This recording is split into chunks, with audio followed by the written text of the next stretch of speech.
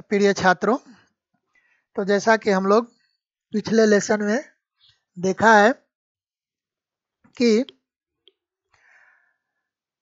बाबू चैतन्य दास थोड़ा क्रोधित हो गए और डॉक्टर के प्रति उन्होंने अपना क्रोध प्रकट किया। इसी बीच उनका छोटा बेटा शिवदास आता है और डॉक्टर से माफ़ी मांगता है, कहता है कि पिताजी की स्थिति इस समय ठीक नहीं है। भैया की तबीयत ज़्यादा खराब होने के कारण वे ज़्यादा व्याकुल हैं, बेचैन हैं, इसलिए उन्होंने यदि कुछ ऐसी बात कह दी जो आपको अच्छी न लगी हो तो उन्हें माफ़ कर दीजिएगा। तो चैतन्य दास ने शिवदास से कहा कि मैं तुम्हें बार बार कहता हूँ कि यहाँ मत आया करो, लेकिन तुम्हें तो धैर्य ही नहीं होता, तुम यहाँ चले आते हो। तो इतनी बात सुनने के बाद क्या हुआ कि शिवदास वहाँ से लज्जित होकर चला नहीं गया, बल्कि उनसे कहा, क्या कहा, मैं अभी चला जाता हूँ, आप नाराज न हो। मैं केवल डॉक्टर साहब से यह पूछना चाहता था कि भाई साहब के लिए अब क्या करना चाहिए। वो कहा कि मैं यहाँ आ गया, आपको अच्छा नहीं लगा यहाँ मेरा आना, लेकिन मैं तो सिर्फ डॉक्टर साहब से यह समझने आया था कि अब क्या करना चाहिए। डॉक्टर साहब ने कहा, अब केवल एक ही साधन है, इन्हें इटली के किसी सेनेटोरियम में भेज देना चाहिए। डॉक्टर ने अपनी सलाह दे दी कि इसे इटली भेज देना चाहिए, वहाँ के सेनेटोरियम में। चैतन्य दास ने सजग होकर पूछा, अलर्ट होकर, सजग होकर, यहाँ ये सजग होकर का मतलब है अलर्ट होकर पूछा, कितना खर्च होगा।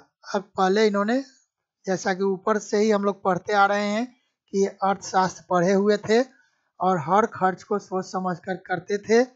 खर्च करने पर यदि उनका या किसी और का फायदा नहीं होता था तो वे खर्च नहीं करते थे, उस खर्च का गला दबा देते थे।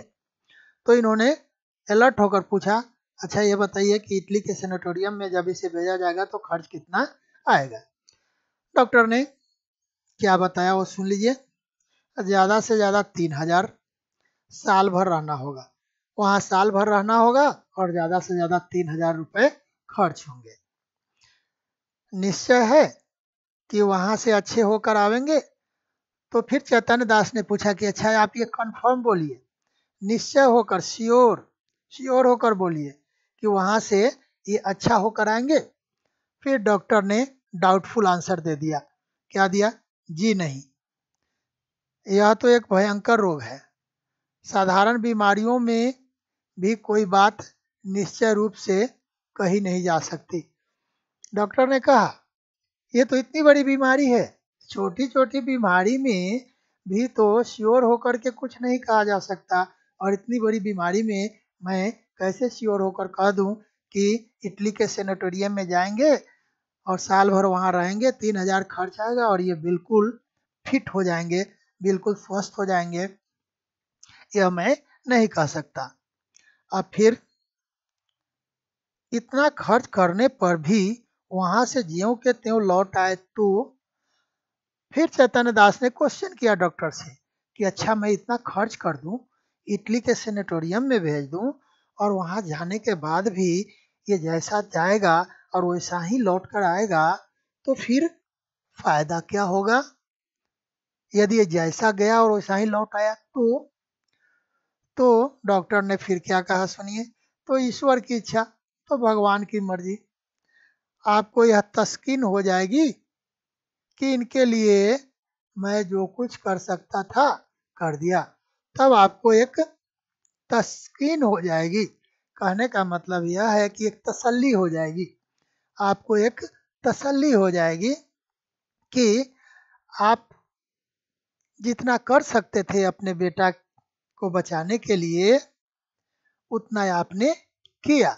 यही बात ध्यान देने की जरूरत है यहीं पर, और पूरी कहानी में यही देखी गई है। बाद में उन्होंने अफसोस किया कि काश मैं खर्च किया होता, बेटा बचता तो ठीक, नहीं बचता तो कम से कम एक अफसोस तो नहीं होता, संतोष तो होता कि हाँ मैंने उसे बचाने की भरपूर कोशिश की, लेकिन सब कुछ तो मेरे हाथ में था नहीं, कुछ तो भगवान के हाथ में भी होता है।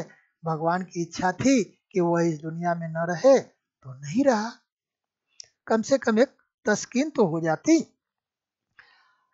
और उन्होंने ऐसा किया नहीं, जिसके कारण उनका बेटा मर जाता है। अंत में हम लोग देखेंगे, कहानी के अंत में आएंगे तो देखेंगे कि उनका बेटा मर जाता है और बाद में एक दूसरे आदमी को देखते हैं कि वह अपने पिताजी को बचाने के लिए अपनी जमीन बेच दी। जिस जिस डॉक्टर के यहाँ लोगों ने बताया, उस डॉक्टर के यहाँ वह बेटा ले गया अपने पिता को, और पिता नहीं बचा। स्मशान घाट पर लेकर आया बाजा गाजा बजाते हुए, और उसी समय चैतन्य बाबू भी, चैतन्य दास भी अपने बेटा का दाह संस्कार करने के लिए ले जाते हैं। और वहाँ पर जब लोगों से सुनते हैं कि उस लड़के ने अपने पिता को बचाने के लिए कहाँ कहाँ न ले गया, कितना खर्च किया, जमीन तक बेच दी, लेकिन इन्होंने ये सब कुछ नहीं किया था, तो इनको ये सब अफसोस है और उसको अफसोस नहीं था, क्योंकि उसने पिता को बचाने के लिए जितनी सारी कोशिश करनी चाहिए थी, सारी कोशिश की थी। आइए आगे देखते हैं।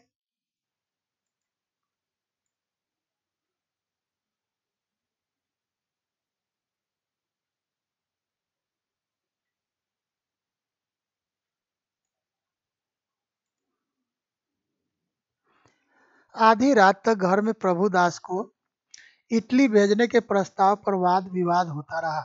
आधी रात तक चैतन्य दास, उनकी पत्नी और उनका छोटा बेटा शिवदास, तीनों में बहस छिड़ी रही आधी रात तक इटली भेजने के लिए। कोई कहता है कि भेजा जाए, कोई कहता है नहीं भेजा जाए। चैतन्य दास का कथन था, कथन मतलब उनका स्टेटमेंट था कि एक संदिग्ध फल के लिए 3,000 का खर्च उठाना बुद्धिमत्ता के प्रतिकूल है। चैतन्य बाबू का कहना था कि जब रिजल्ट संदिग्ध मतलब डाउटफुल है और उसके लिए 3,000 का खर्च उठाना बुद्धिमत्ता के प्रतिकूल है, अर्थात बुद्धिमानी के विपरीत है, उल्टा है। बुद्धि कुल मिलाकर के शॉर्ट पे समझिए कि बुद्धिमानी नहीं है। जब रिजल्ट डाउटफुल हो और उस पर 3,000 रुपये खर्च करना बुद्धिमानी नहीं है। शिवदास भी उनसे सहमत था। शिवदास भी अपने पिता की बात से सहमत था, एग्री कर रहा था कि हाँ पिताजी जो बोल रहे हैं वो ठीक ही बोल रहे हैं। किंतु उसकी माता इस प्रस्ताव पर बड़ी दृढ़ता के साथ विरोध कर रही थी। आखिर माता का हृदय है, तो उनकी पत्नी चैतन्य दास की पत्नी शिवदास और प्रभुदास की माँ इस बात का विरोध कर रही थी कि नहीं, हमें खर्च करना ही चाहिए, हमें उसे इटली के सेनेटोरियम में भेजना ही चाहिए। खर्च आएगा तो आएगा, बेटा कहीं ठीक हो गया तो कितना अच्छा होगा। अंत में माता की धिक्कारों का यह फल हुआ कि शिवदास लज्जित होकर उसके पक्ष में हो गया।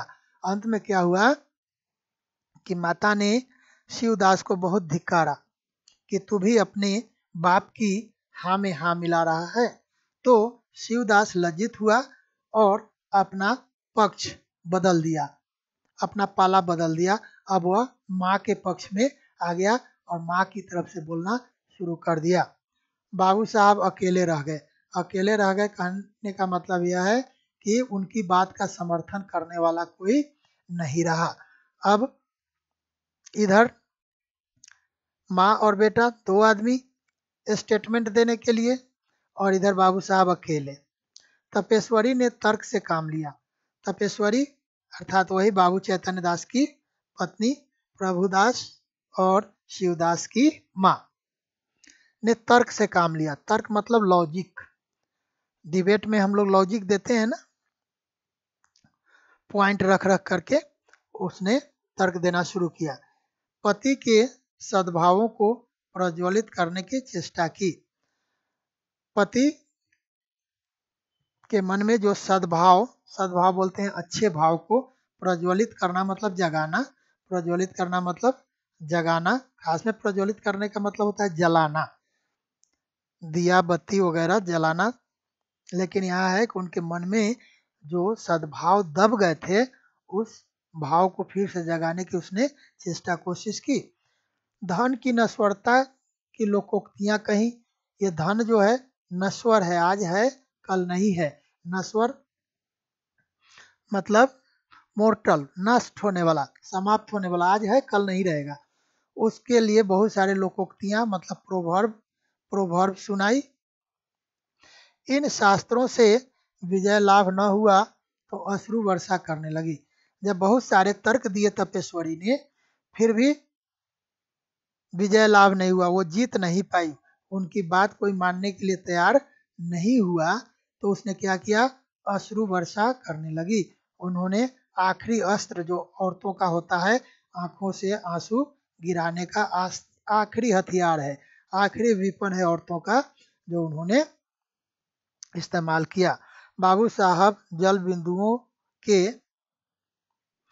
इस सर प्रहार, सर प्रहार मतलब होता है तीर की चोट, सर मतलब एरो और प्रहार मतलब उससे हिट करना, है ना। तो तीर का जो प्रहार है जो वो सह नहीं सके, जो अश्रुबाण जो चलाने लगी, कहने का मतलब तपेश्वरी रोने लगी और उसके आंखों से आंसू गिरने लगे। तो ये देख करके बाबू चैतन्य दास विचलित हो गए और उन्हें उनकी बात अर्थात तपेश्वरी की बात, अपनी पत्नी की बात माननी पड़ी। इन शब्दों में हार स्वीकार की और वे अपनी हार स्वीकार करते हुए क्या कहा सो सुन लीजिए। अच्छा भाई रो मत, जो कुछ कहती हो वही होगा। उन्होंने झट से कहा कि अच्छा भाई तो आप बंद करो, रोना धोना बंद करो और तुम जो कहती हो वही होगा। तो तपेश्वरी ने कहा तो कब, तो होगा तो कब होगा। तब इन्होंने दूसरा बहाना बना लिया। बाबू चैतन्य दास ने दूसरा बहाना बनाया। क्या दूसरा बहाना बनाया, देख लीजिए। रुपए हाथ में आने दो, कहने का मतलब कि जब मेरे पास रुपए हाथ में आएंगे अर्थात मेरा फाइनेंशियल कंडीशन जब ठीक होगा तब मैं तुम्हारी बात पर विचार करूंगा।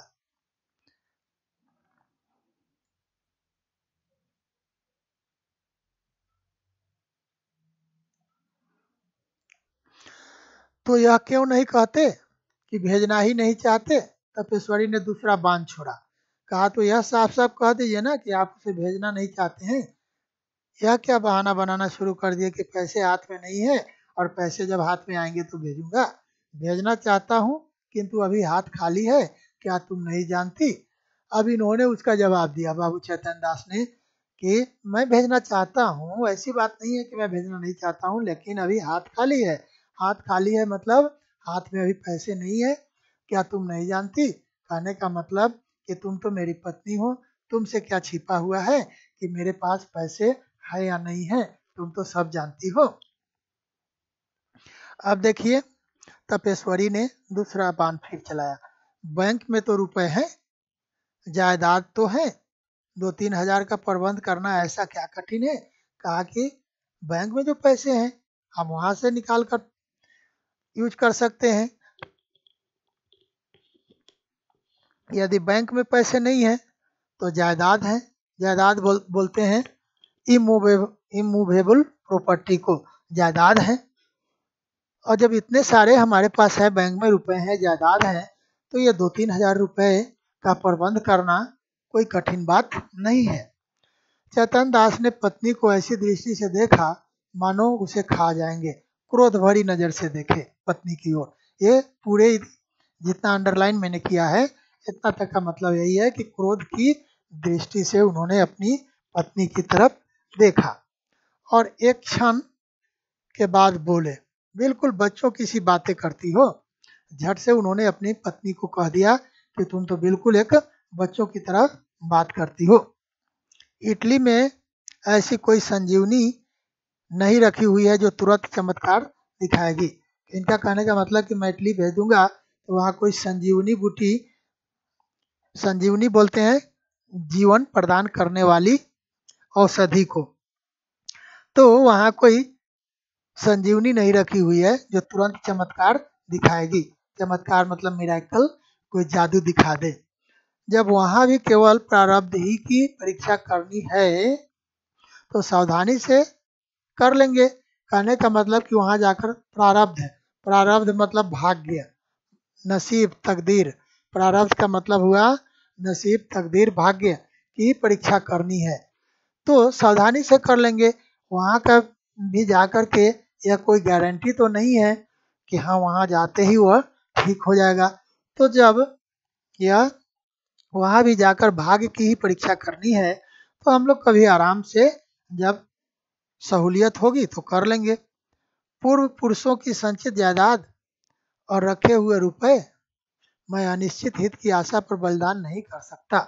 उन्होंने कहा कि पूर्व पुरुषों मतलब पूर्वजों, पूर्व पुरुषों का मतलब हुआ पूर्वजों, इंसेस्टर है ना, कि जो संचित मतलब जमा की हुई जो जायदाद है और रखे हुए जो बैंक में पैसे हैं उसको अनिश्चित हित, हित मतलब भला, अनिश्चित मतलब जो श्योर नहीं हो, है ना, उस पर खर्च करने की के पक्ष में मैं नहीं हूँ। मैं नहीं कर चाहता कि अपनी जायदाद और बैंक में रखे हुए रुपए का बलिदान कर दूं जब रिजल्ट ही, परिणाम ही जब निश्चित नहीं है, परिणाम भी भगवान के हाथ में है, तो मैं पूर्वजों की संपत्ति और बैंक में रखे हुए पैसों का बलिदान नहीं कर सकता। तपेश्वरी डरते डरते तपेश्वरी ने डरते डरते कहा, आखिर आधा हिस्सा तो प्रभुदास का भी है। तब झट से उसने कह दिया कि जो भी प्रॉपर्टी बची हुई है हम लोगों के बाद तो इन्हीं दोनों भाइयों का है, प्रभुदास और शिवदास का। तो जो भी प्रॉपर्टी बची रहेगी हम लोगों के बाद, हमारी जिंदगी के बाद, उसमें से आधा तो प्रभुदास का भी है। तो क्यों ना उसी की जो आधी जायदाद है उसे बेच कर उसकी बीमारी का इलाज किया जाए। बाबू साहब तिरस्कार करते हुए बोले, आधा नहीं, उसमें मैं अपना सर्वस्व दे देता जब उससे कुछ आशा होती। वह खानदान की मर्यादा और ऐश्वर्य बढ़ाता और इस लगाए हुए धन के फलस्वरूप कुछ दिखाता। देखिए कितनी छोटी सी बात, कितनी छोटी सोच है उनकी। उन्होंने कहा तिरस्कार के भाव से, नेग्लेक्ट करते हुए, जो तपेश्वरी ने बात कही थी उस बात को नेग्लेक्ट करते हुए, रिजेक्ट करते हुए उन्होंने क्या कहा, अरे आधा हिस्सा नहीं, मैं उसे पूरा ही दे देता, लेकिन जब उससे कुछ आशा होती। कहने का मतलब कि यह बेटा भविष्य में कुछ करने लायक बचता। आप कहेंगे कि ठीक हो जाने पर भविष्य में कुछ करने लायक कैसे नहीं बचेगा, क्योंकि ऊपर डॉक्टर ने कह दिया है कि ठीक होने के बाद भी इन्हें मानसिक परिश्रम, मेंटल लेबर करने से बचना होगा। तो ये समझ गए कि ये तो जिंदा रह करके भी कुछ नहीं कर पाएगा। वह खानदान की मर्यादा और ऐश्वर्य बढ़ाता, खानदान की इज्जत बढ़ाता और ऐश्वर्य मतलब धन दौलत बढ़ाता, और इस पर लगाए हुए धन के प्लस स्वरूप कुछ कर दिखाता। और उस पर जो कुछ हम धन लगाएंगे, जो कुछ खर्च करेंगे अपने बेटा पर, और उसके फलस्वरूप मतलब उसके रिजल्ट में कुछ कर दिखाता, तब तो मैं आधा की बात क्या करती हो, मैं पूरा ही उस पर खर्च कर देता। मैं केवल भावुकता के फेर में, भावुकता के फेर में मतलब इमोशनल होकर, भावुकता के फेर में का मतलब क्या हुआ, इमोशनल होकर, तो मैं केवल भावुकता के फेर में, यहाँ ये है कि इमोशनल होकर, है ना, इमोशन में आकर के धन का हरास, हरास मतलब बर्बादी नहीं कर सकता। तपेश्वरी अवाक रह गई, जीत कर भी उसकी हार हुई। पहले तो उन्होंने कह दिया था कि मत रो मत रो, तुम जो कहोगी वही होगा, और अब फिर ये अपनी बात से उलट गए। तो तपेश्वरी अवाक हो गई, सरप्राइज हो गई और वह महसूस करने लगी कि वह जीत कर भी हार गई। इस प्रस्ताव के 6 महीने बाद शिवदास बीए पास हो गया।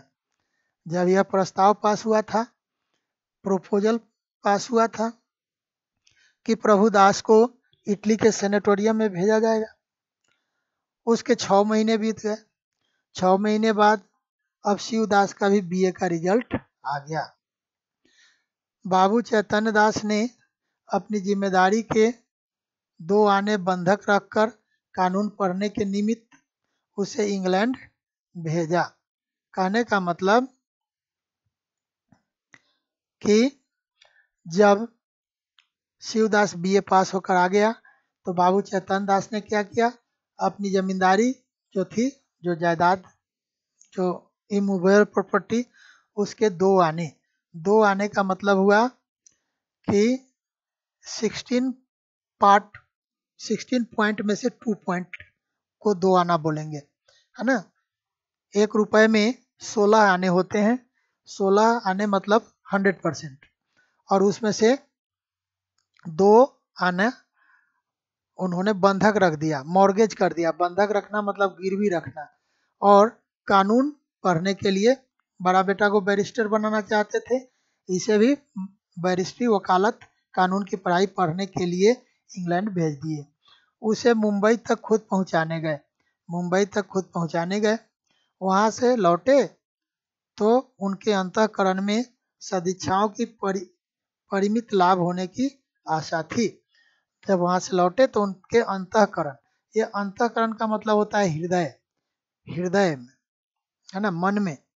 सदिच्छाओं मतलब अच्छी इच्छाओं से परिमित लाभ होने की आशा थी। परिमित लाभ मतलब जितनी उन्होंने इच्छा की है लाभ होने की, उतना लाभ होगा, ऐसी उनकी आशा थी। उनके लौटने के 1 सप्ताह पीछे जब मुंबई तक पहुंचा करके आए शिवदास को, और आने के लगभग 1 सप्ताह बाद अभागा पुत्र प्रभुदास अपनी उच्च अभिलाषाओं को लिए हुए परलोक सिधारा। 1 सप्ताह बाद कुल मिलाकर यह है कि प्रभुदास की मृत्यु हो गई। प्रभुदास मर गया और उसकी जितनी सारी अभिलाषाएं थी, एम्बिशन जो उसके मन में थे, उस सब एम्बिशन को लिए हुए वह परलोक स्वर्ग में सिधार गया, चला गया। परलोक सिधारना मतलब मर जाना एक मुहावरा है। इसको हम लोग परीक्षा में पूछते हैं, परलोक सिधारना, स्वर्ग सिधारना, है ना। इसका मतलब होता है मर जाना। चैतन्य दास मणिकर्णिका घाट पर अपने संबंधियों के साथ बैठे चिता ज्वाला की ओर देख रहे थे। अब वो मणिकर्णिका घाट पर जो काशी में है वहां ले गए अपने बेटा का दाह संस्कार करने के लिए। चिता जल रही थी और अपने सगे संबंधियों के साथ वहां बैठ करके चिता की जो ज्वाला उठ रही थी, जो फ्लेम उठ रहा था, जो आग की लपटें उठ रही थी, उस ओर देख रहे थे। उनके नेत्रों से अश्रुधारा प्रवाहित हो रही थी, आंखों से आंसू निकल रहे थे, क्योंकि अपनी आंखों के सामने पुत्र की चिता जलते हुए देख रहे थे। पुत्र प्रेम एक क्षण के लिए अर्थ सिद्धांत पर गालिब हो गया था। कहने का मतलब कि पुत्र प्रेम एक क्षण के लिए अर्थ सिद्धांत पर गालिब हो गया था। कहने का मतलब यह है कि अब एक क्षण के लिए ये जो अर्थ सिद्धांत था, जो वे रुपए पैसे के सिद्धांत पर चलने वाला उनका जीवन था, अभी वह पुत्र प्रेम के सिद्धांत पर चलने वाला जीवन महसूस होने लगा। कहने का मतलब कि उनके मन में पुत्र के प्रति प्रेम उमड़ने लगा और वह अफसोस करने लगे, काश मैं उस पर खर्च करके देख तो लिया होता। उस विरक्तावस्था में उनके मन में यह कल्पना उठ रही थी, उनके मन में विरक्त हो रहे थे कि यह जिंदगी, विरक्तावस्था बोलते हैं जब आदमी अपने जीवन से निराश हो जाता है, कोई काम करता रहता है, उस काम में जब उसे निराशा पैदा होती है तो उस अवस्था को विरक्तावस्था बोलते हैं।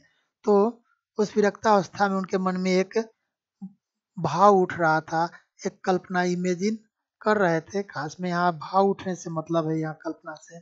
संभव है इटली जाकर प्रभुदास स्वस्थ हो जाता? पॉसिबल था, पॉसिबल है। यदि वह इटली जाता तो स्वस्थ हाय। मैंने 3,000 रुपए का मुंह देखा, मैंने 3,000 रुपए का मुंह देखा और पुत्र रत्न को हाथ से खो दिया।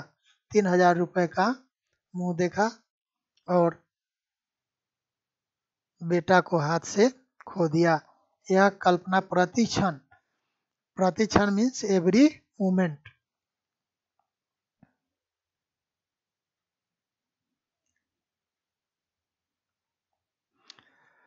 सजग हो, सजग होती थी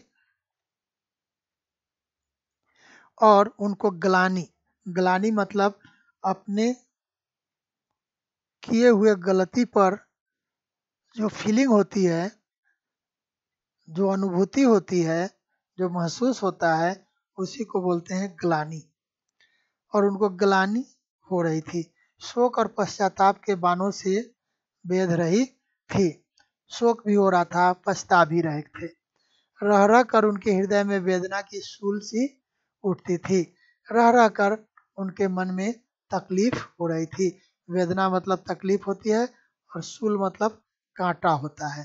तो यहाँ कहने वेदना की सूल का मतलब, कुल का मतलब है मन में तकलीफ होना।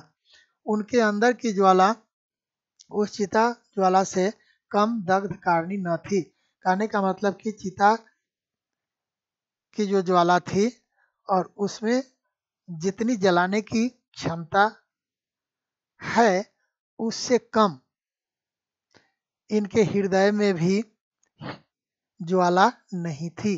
कहने का मतलब कि इनका हृदय जिस तरह से चिता जल रही थी उसी तरह से इनका हृदय भी जल रहा था। अकस्मात उनके कानों में शहनाइयों की आवाज आई।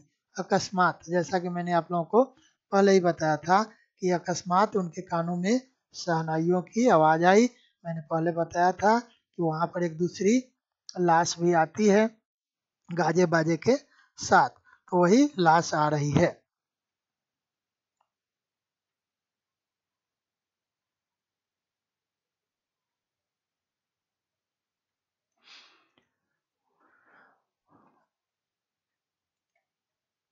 उन्होंने आंख उठाई, आंख ऊपर उठाई तो मनुष्यों का एक समूह एक अर्थी के साथ आता हुआ दिखाई दिया।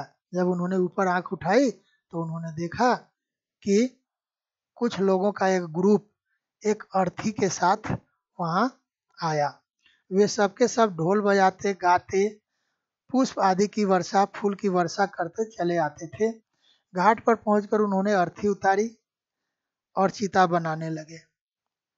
उसमें से एक युवक आकर चैतन्य दास के पास खड़ा हो गया। बाबू साहब ने पूछा कि किस मोहल्ले में रहते हो? वहां एक युवक आकर खड़ा हो गया तो बाबू साहब ने पूछा कि किस मोहल्ले में रहते हो? युवक ने जवाब दिया, हमारा घर तो देहात में है, कल शाम को चले थे, ये हमारे बाप थे, हम लोग यहाँ कम आते हैं, पर दादा की अंतिम इच्छा थी कि हमें मणिकर्णिका घाट पर ले जाना। कहने का मतलब उसने जवाब दिया कि हमारा घर तो बहुत दूर है, देहात में है, कल शाम को ही हम लोग अर्थी लेकर के चले, अब जाकर यहाँ पहुँचे हैं। ये यहाँ इसलिए हम लोग आए, खास में हम लोग यहाँ आते नहीं हैं, लेकिन ये जो मरे हैं वे मेरे पिताजी थे और उनकी अंतिम इच्छा थी कि उनका दाह संस्कार मणिकर्णिका घाट पर ही किया जाए। चैतन्य दास ये सब चैतन्य दास ने पूछा, ये सब आदमी तुम्हारे साथ हैं? पूछा कि ये जितने लोग आए हैं तुम्हारे साथ आए हैं? युवक ने कहा कि हाँ, और लोग पीछे आते हैं, ये जितने आए हैं तो हमारे साथ ही हैं, और बहुत सारे ऐसे लोग हैं जो अभी यहाँ पहुंचे नहीं हैं, वो बाद में आएंगे। कई 100 आदमी साथ आए हैं। कितने 100 आदमी आए हैं? यहाँ तक आने में सैकड़ों उठ गए, सैकड़ों रुपए खर्च हो गए। पर सोचता हूँ उस जमाने में सैकड़ों रुपए खर्च हो गए। जिस समय इटली जा कर के और साल भर सेनेटोरियम में रहने का खर्च 3,000 आ रहा था, उस समय उसे अपने घर से डेड बॉडी को घाट तक लाने में सैकड़ों रुपए उठ गए। देखिए बेटा ने कितना खर्च किया। सोचता हूँ कि बूढ़े बाप की मुक्ति तो बन गई, धन और है किस लिए। उसने कहा कि आखिर पिताजी की आखिरी इच्छा थी कि इसी घाट पर उनका दाह संस्कार हो, तो कम से कम उनकी इच्छा तो पूरी हो गई। और ये धन किस काम का? धन आखिर होता किस लिए है? खर्च करने के लिए ही तो होता है। चैतन्य दास ने पूछा, उन्हें क्या बीमारी थी?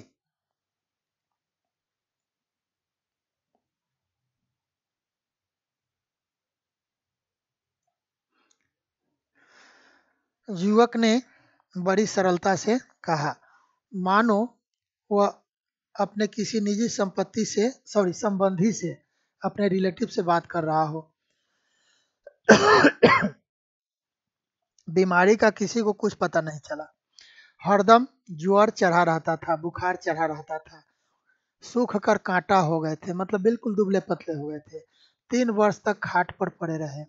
जिसने जहां बताया लेकर गए, चित्रकूट, हरिद्वार, प्रयाग, सभी स्थानों में लेकर घूमे। वैद्यों ने, मतलब डॉक्टरों ने जो कुछ कहा उसमें कोई कसर नहीं की, कमी नहीं की। इतने में युवक का एक और साथी आ गया और बोला, साहब मुंह देखी बात नहीं, हम इसके मुंह देखकर बात नहीं बोल रहे हैं, सच बात बता रहे हैं। नारायण मतलब ईश्वर लड़का दे तो ऐसा दे। इसने रुपए को ठीकरे समझा, ठीकरे मतलब कोयला समझा। घर की सारी पूंजी पिता की दवा दारू में स्वाहा कर दी, मतलब खत्म कर दिया। थोड़ी सी जमीन तक बेच दी, पर काल बलि के सामने आदमी का क्या बस। लेकिन काल के सामने मृत्यु के सामने आदमी का कोई वश नहीं चलता है। और ये बच नहीं पाई, इसने बहुत खर्च किया।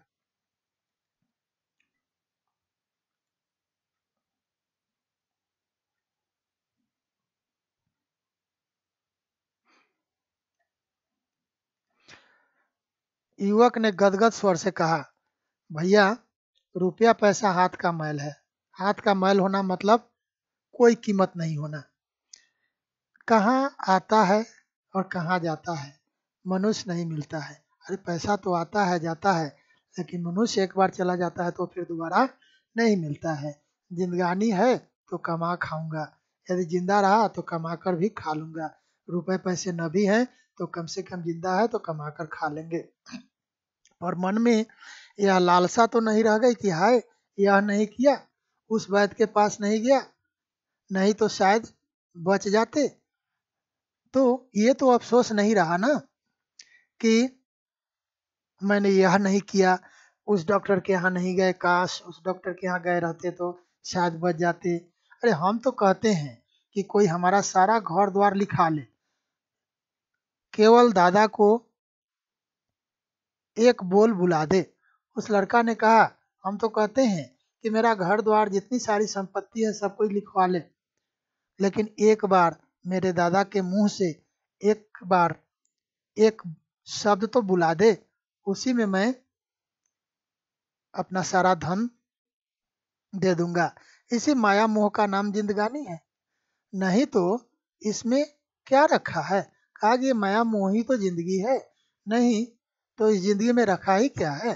धन से प्यारी जान है, धन से प्यारी जान है, और जान से प्यारा ईमान है। बाबू साहब आपसे सच कहता हूँ, अगर दादा के लिए अपने बस की कोई बात उठा रखता तो आज रोते न बनता। कहा कि मैं अपने दादा मतलब पिताजी के लिए कोई भी ऐसा उपाय बचा कर रख लेता तो आज मुझे रोते न बनता। मैं आज रोता रहता कि काश मैंने यह किया होता। अपना ही चित्त अपने को धिक्कारता, मेरी आत्मा खुद मुझे धिक्कारती, तूने ऐसा नहीं किया, नहीं तो मुझे इस घड़ी ऐसा जान पड़ता है कि मेरा उद्धार एक भारी ऋण से हो गया।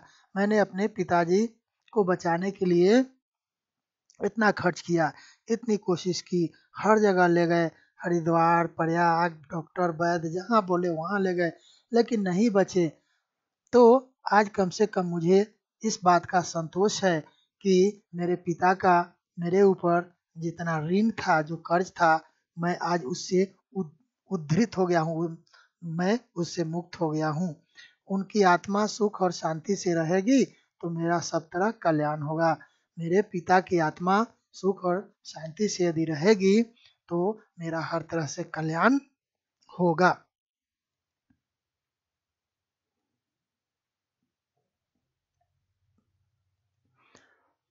बाबू चैतन्य दास सिर झुकाए ये बातें सुन रहे थे।